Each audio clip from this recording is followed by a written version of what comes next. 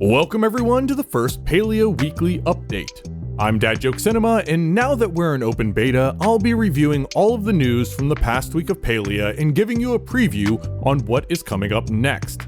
The Singularity 6 Cozy Life Sim MMO reached the milestone of completing their closed beta period and swinging the doors wide to everyone with open beta. Servers have been mostly stable with periods of downtime, maintenance, and long queues. The queues are a direct result of people not being able to get into the game, so it all backs up, and once the server issue is cleared, people are able to hop right in. But it can look pretty daunting to see 7,000 people or more in line in front of you. Currently, the only way to know about server issues, maintenance downtimes, and other issues that might affect your gameplay is to visit the official Palia Discord. However, they are apparently working on an in-game notification system. During uptime, but especially during the downtimes, community manager Amelia Mars has been bouncing around Discord chats providing feedback and dropping a few hints about the future. Amelia, please forgive me for crawling through every post you've made to dig up this info, but also know that I had to scroll through multiple pages of cute animal photos to do so. First off, there is a long thread about how S6 is collecting, sorting, and triaging feedback to present to the team. In a post summarizing the thread, she lays out some of the milestones coming up, including a public-facing portal where players can see the feedback that's been collected so far.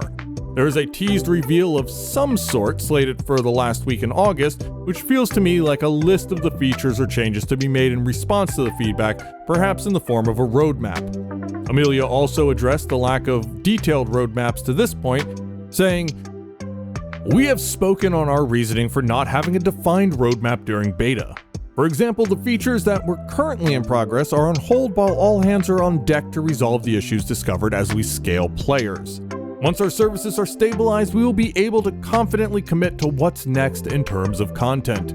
We do have plans in the works, but we are still testing and reacting to how our systems handle the additions." Now, of course, not all developers working on the game systems are involved in server operations or user issues, although there is likely some crossover.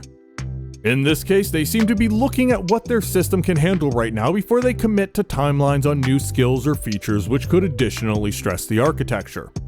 In the midst of all the chaos of the first week, we got news about our first content patch. There have been a number of hotfixes released to improve server performance and deal with some game-breaking progression bugs, but S6 also announced a while back that they will try to hit a bi-weekly content patch schedule, and it looks like we're already moving towards one.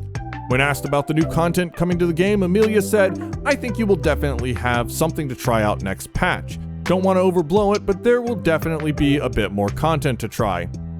And then locked down the time frame with this post, saying we are aiming to increase the spawn rate of a lot of resources in next week's patch.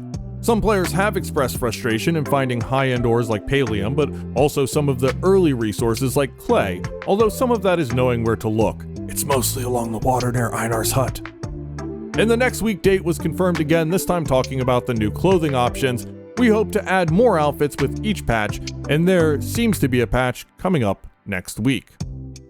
However, it doesn't appear that we'll see new skills like animal husbandry, aka keeping or training animals on our farm like Badru and Delilah's Ormus, right away because they are still seeing how a larger population balances the existing skills and resources.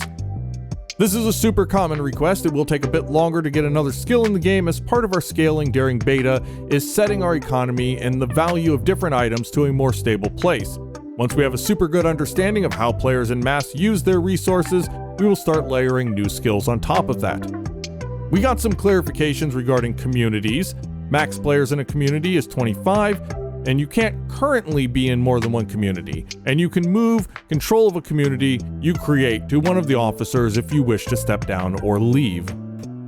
There was a response to the criticism that Palia's core gameplay and mechanics have not changed since pre-alpha. Obviously, as a first-wave pre-alpha tester, I have my own thoughts and experiences with this that I can't share due to the NDA for the alpha still being in place. A comment I saw was that there were many alpha testers reporting that nothing has changed in the game since alpha. I had a comment on my last Cash Shop video that claimed that there was a floodgate of alpha testers confirming their feedback was ignored, with those same testers universally saying that this game has barely changed in the past 2 years. While I don't have the ability to confirm every instance where someone might have claimed to have been an alpha tester and felt this way, I did read the Reddit thread that seems to be a central source for this claim. I saw at least 5 separate people claiming to be testers, including the thread's creator, one who seemed to be directly breaking the NDA with specifics about outfits that were tested.